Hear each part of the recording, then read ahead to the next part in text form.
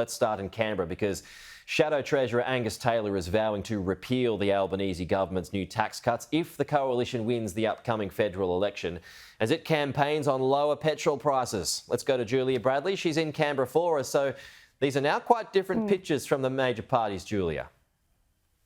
Absolutely, Pete, and just within the last hour or so, this breaking news that the coalition would repeal the Labor government's tax cuts if they're elected at this next federal election, which could be just days away from being called. We know ever since this was announced and revealed in Tuesday night's federal budget, the coalition has come out incredibly strong against it, calling these cuts a hoax and a money grab, essentially, ahead of this cost of living election. These tax cuts would deliver people about $5 additional back in their pockets each week as of mid-next year when they come into effect, and about $10 per week the year following. The opposition calling them a hoax, a money grab. Here's the latest from Shadow Treasurer Angus Taylor.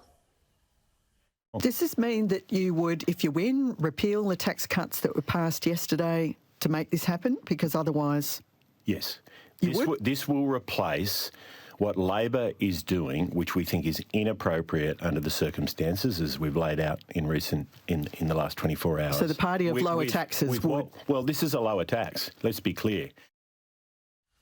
The opposition's counter pitch will be revealed tonight in that budget reply speech, but already we've learned the centrepiece will be this halving of the fuel excise. So the fuel excise rate will be cut to from 50.8% per litre to 25.4 cents per litre under a Dutton-led coalition government, and this expected to save people about $14 a week or $700 a year, and double that if they have two cars to fill up. This policy would cost $6 billion. Scott Morrison did a similar thing in the lead up to the last election, capped at 1 year though. Here was Labor's Mark Butler.